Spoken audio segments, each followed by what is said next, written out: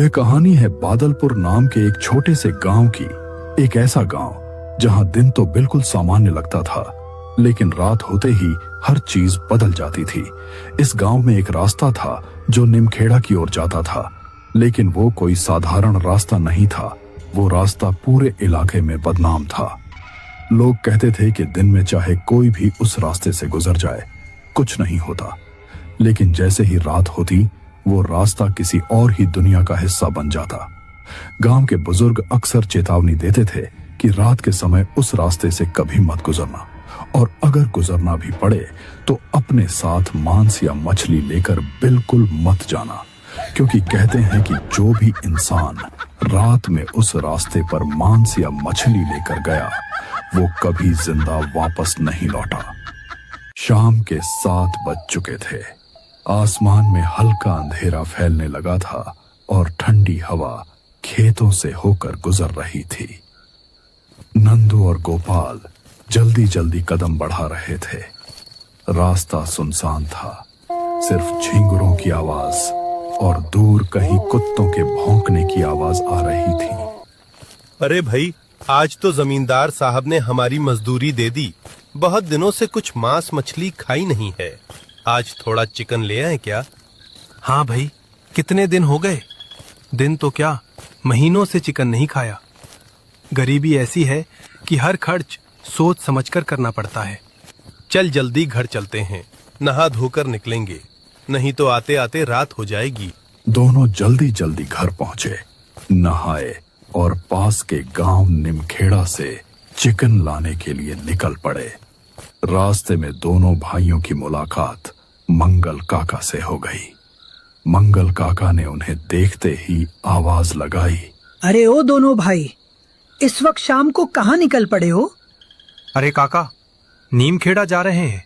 आज थोड़ा चिकन खाने का मन कर रहा था, इसलिए सोचा ले आए। अरे क्या बात कर रहे हो तुम लोग? आज अमावस है और जिस रास्ते से तुम जा रहे हो वो ठीक नहीं है।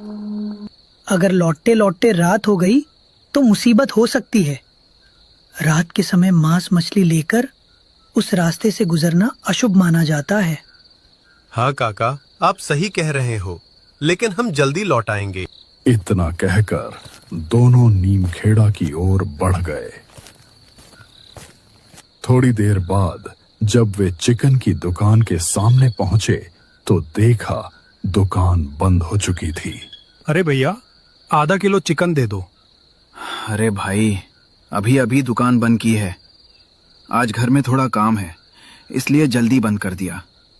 अगर थोड़ी देर पहले आते तो मिल जाता।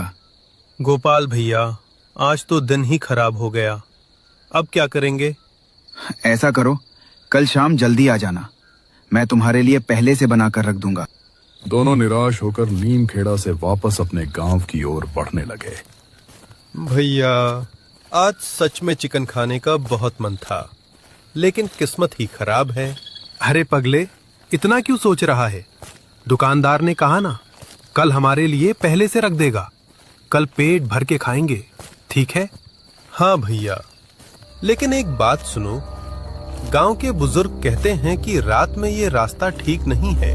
अरे ये सब बेकार की बातें हैं, दिमाग से निकाल दे। चल जल्दी जल्दी चल। दोनों बात करते हुए आगे बढ़ ही रहे थे कि अचानक उनके सामने से एक काली परछाई बिजली की रफ्तार से गुजर गई। दोनों के कदम वहीं थम गए। अरे भैया, ये क्या था? जैसे कोई चीज अभी अभी हमारे सामने से गुजरी। गोपाल ने भी उसे देखा था, लेकिन नंदू को और डराना नहीं चाहता था। अरे कुछ नहीं था, तेरा वहम है, चल आगे बढ़।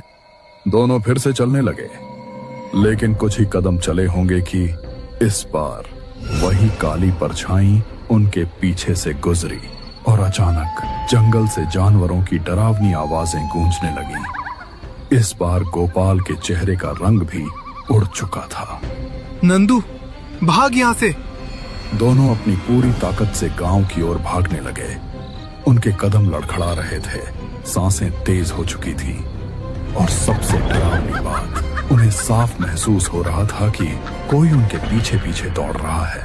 करीब 1 घंटे तक लगातार भागने के बाद आखिरकार दोनों अपने घर पहुंच गए। घर पहुंचते ही गोपाल ने बिना एक पल गंवाए दरवाजा अंदर से जोर से बंद कर दिया और दोनों दीवार से टिककर हांफते हुए खड़े रह गए। भैया वो क्या था? पता नहीं, लेकिन उसकी हंसी बहुत डरावनी थी। कुछ पल के लिए पूरे घर में सन्नाटा छा गया। सिर्फ उनकी तेज सांसों की आवाज सुनाई दे रही थी। थोड़ी देर बाद दोनों ने खुद को संभालने की कोशिश की। उन्होंने जल्दी जल्दी खाना खाया, जैसे किसी तरह बस ये रात खत्म हो जाए। फिर दोनों सोने की कोशिश करने लगे, लेकिन नींद तो जैसे उनसे कोसों दूर थी। हर बार जब वो आंखें बंद करते, उन्हें वही काली परछाई याद आती और उससे भी ज्यादा वो डरावनी हंसी जो अब भी उनके कानों में गूंज रही थी। किसी तरह करवटें बदलते बदलते वो रात गुजर गई।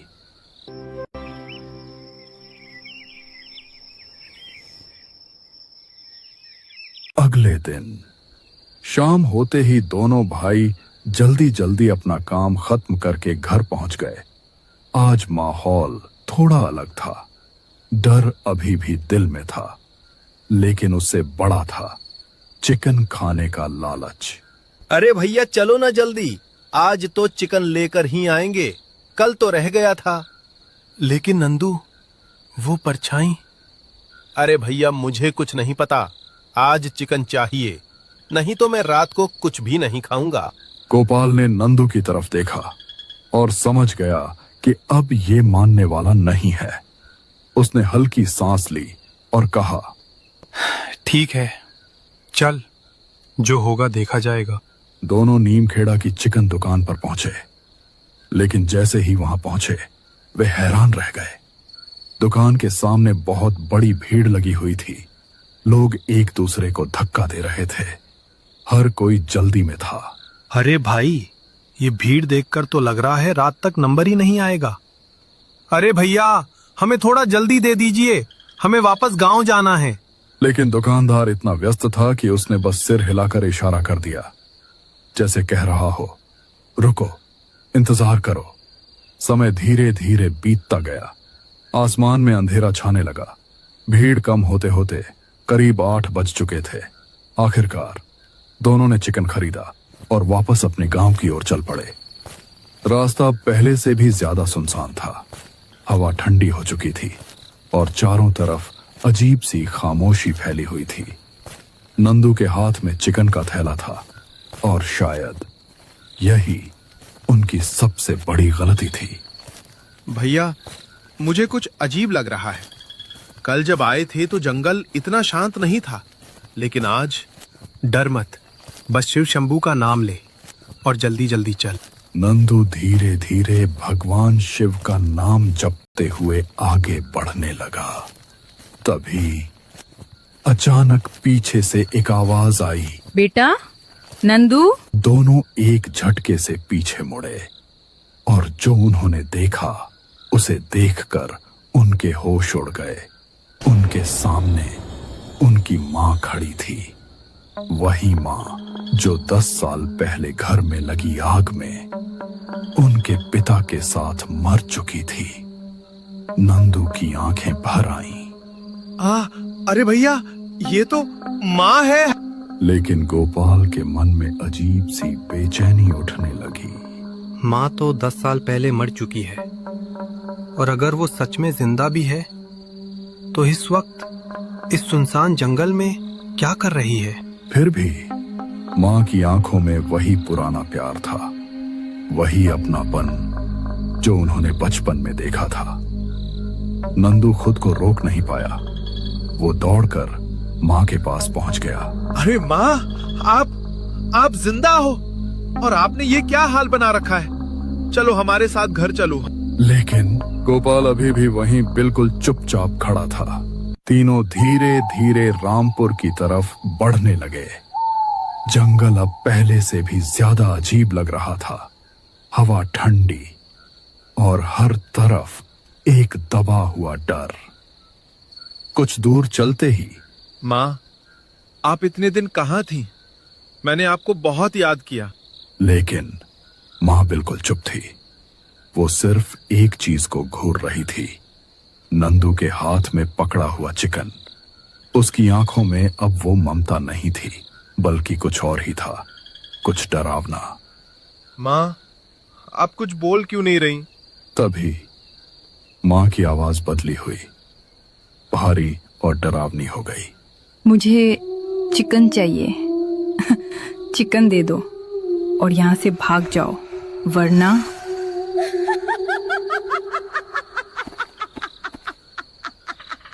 गोपाल के कदम वहीं जम गए।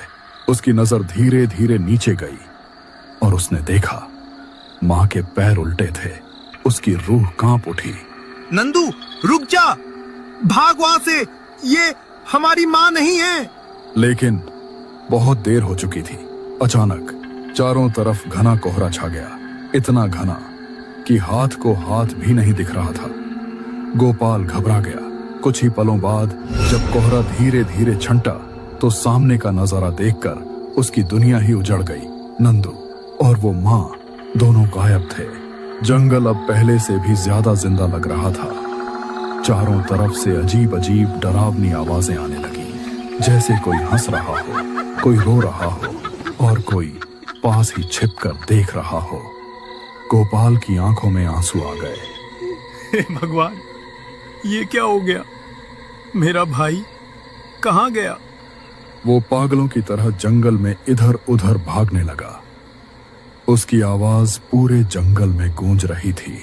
नंदू, नंदू, कहाँ है तू मेरे भाई? गोपाल करीब 1 घंटे तक पागलों की तरह जंगल में नंदू को ढूंढता रहा। उसकी आवाज भर्रा चुकी थी, पैर जवाब दे रहे थे, लेकिन वो रुका नहीं। तभी एक बड़े पेड़ के नीचे उसकी नजर पड़ी और जो उसने देखा, उसके पैरों तले जमीन खिसक गई।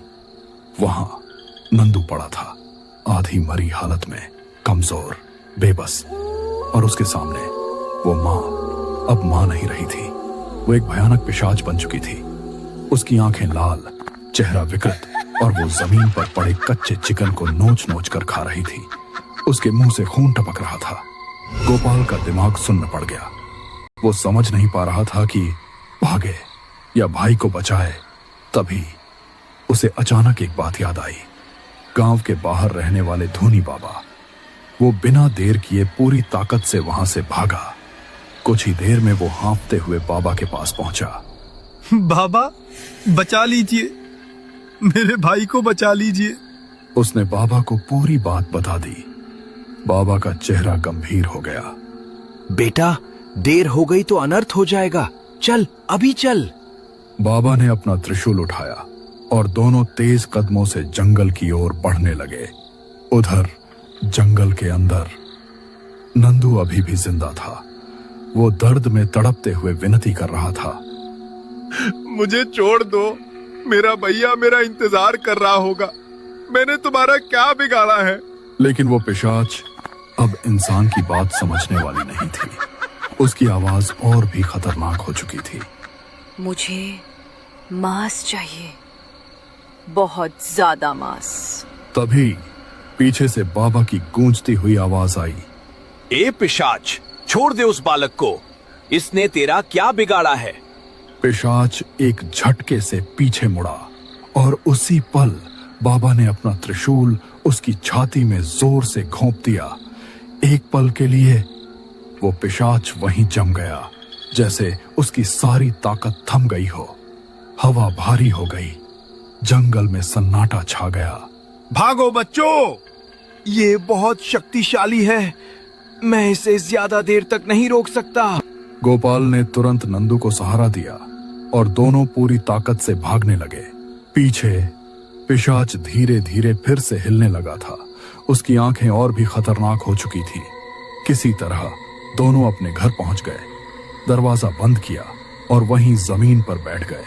उनके पैर थर थर कांप रहे थे, सांसें तेज, दिल जैसे छाती फाड़कर बाहर आ जाएगा। उस रात उन्होंने कुछ नहीं खाया, बस किसी तरह बिस्तर पर लेट गए। नींद तो दूर की बात थी, डर अभी भी उनके साथ था।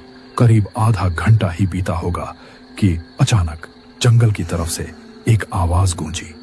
क्या सोच रहे हो? तुम बच गए। नहीं, मेरा शिकार मुझसे कोई नहीं छीन सकता।